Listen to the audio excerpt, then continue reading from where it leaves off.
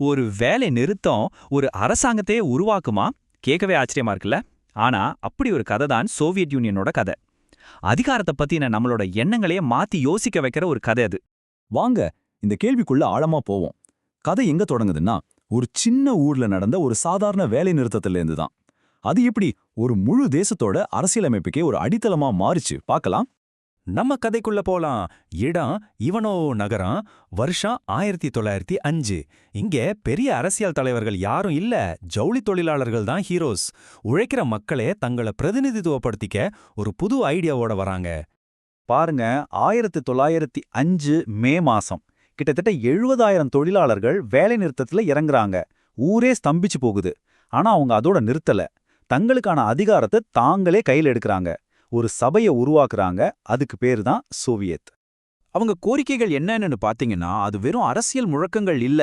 8 மணி நேர வேலை, ஃபைன் போடக்கூடாது, பென்ஷன், வேலைக்கு போற அம்மாங்களுக்கு குழந்தைங்கள பாத்துக்க நர்சரி, இப்படி அவங்களோட அன்றாட வாழ்க்கையை தொடக்கூடிய ரொம்ப முக்கியமான நடைமுறைக்கு சாத்தியமான விஷயங்களா இருந்துச்சு.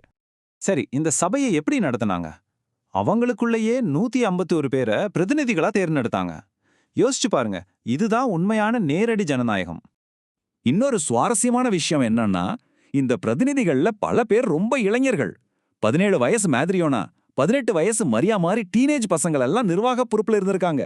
அந்த காலத்தோட புரட்சிகர உணர்வை இது நல்லாவே காட்டுது இல்லையா?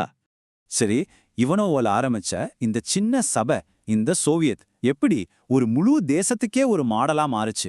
வாங்க பார்க்கலாம். இந்த இடத்துல தான் லெனின் வராரு. அவர் இந்த சோவியத்துக்களை வெறும் ஸ்ட்ரைக் கமிட்டியா பார்க்கல.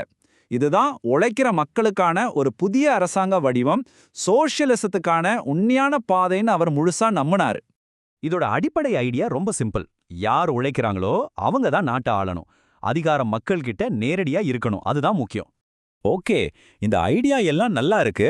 ஆனா இதை எப்படி ஒரு பெரிய நாட்டுக்கு ஒரு அரசாங்க அமைப்பா மாத்துனாங்க? அதோட கட்டமைப்பை பத்தி இப்ப கொஞ்சம் விரிவா பார்க்கலாம். அவங்களோட அமைப்பு ஒரு பிரமிட் மாதிரி இருந்துச்சு. கீழே கிராமம், நகர அளவுல உள்ளூர் சோவியத்துகள், அதுக்கு மேல குடியரசு அளவிலான சோவியத்துகள், எல்லாத்துக்கும் மேல உச்சியில முழு நாட்டுக்குமான உச்ச சோவியத். இந்த உச்ச சோவியட்ல 2 ஹவுஸ் இருந்துச்சு. ஒன்னு யூனியன் சோவியட், இதுல மக்கள் தொகை அடிப்படையில பிரதிநிதிகள் தேர்ந்தெடுக்கப்பட்டாங்க. இன்னொன்னு தேசிய இனங்களின் சோவியட். இது எதுக்குன்னா, நூற்றுக்கணக்கான வெவ்வேறு தேசிய இனங்களோட உரிமைகளையும் நலன்களையும் பாதுகாக்கிறதுக்கு. இங்கதான் ஒரு முக்கியமான விஷயம் இருக்கு. ரஷ்யா மாதிரி ஒரு பெரிய குடியரசா இருந்தாலும் சரி, எஸ்டோனியா மாதிரி ஒரு சின்ன குடியரசா இருந்தாலும் சரி, ரெண்டுமே தேசிய இனங்கள் சோவியத்துக்கு 32 பிரதிநிதிகளை தான் அனுப்புவாங்க. இதனால மக்கள் தொகையை மட்டும் வச்சு இல்லாம எல்லா தேசிய இனத்துக்கும் சமமான பிரதிநிதித்துவம் கிடைச்சது. ஓகே, இந்த அமைப்பு பார்க்க ரொம்ப பெருசா இருக்கு. இதோட நிர்வாக கொள்கைகள் என்ன? இது எப்படி செயல்படணும்னு திட்டம் போட்டாங்க? அவங்களோட முக்கியமான கொள்கை ஜனநாயக மையவாதம்.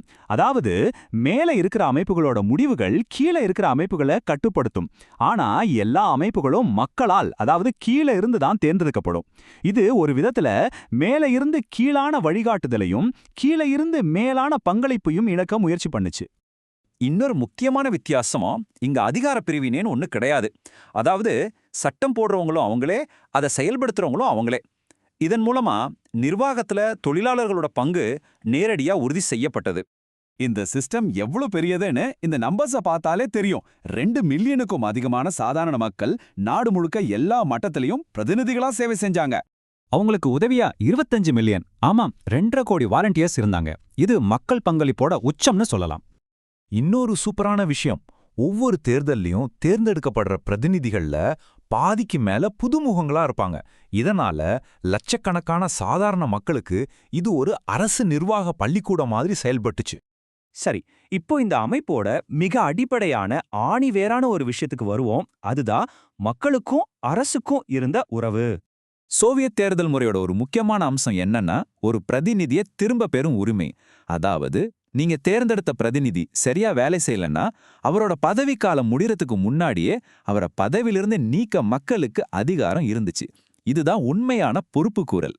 இதோட இறுதி நோக்கம் என்னன்னா, அரசாங்கம் வேற மக்கள் வேற என்ற பிரிவினையை உடைக்கிறது தான். சுருக்கமா சொல்லணும்னா, அரசு என்பது நாமே. ஒரு சாதாரண வேலை நிறுத்தத்துல ஆரம்பிச்சு உழைக்கும் மக்களோட நேரடி பிரதிநிதித்துவத்தை மையமா வச்ச ஒரு அரசாங்க அமைப்பை பார்த்தோம். ஆனா ஒரு தனிநபரோட அதிகாரத்தையும் ஒட்டுமொத்த மக்கள் பிரதிநிதித்துவத்தையும் இது எப்படி சமநிலைப்படுத்த முயற்சி செஞ்சது? இதுதான் நம்ம யோசிக்க வேண்டிய முக்கியமான கேள்வி.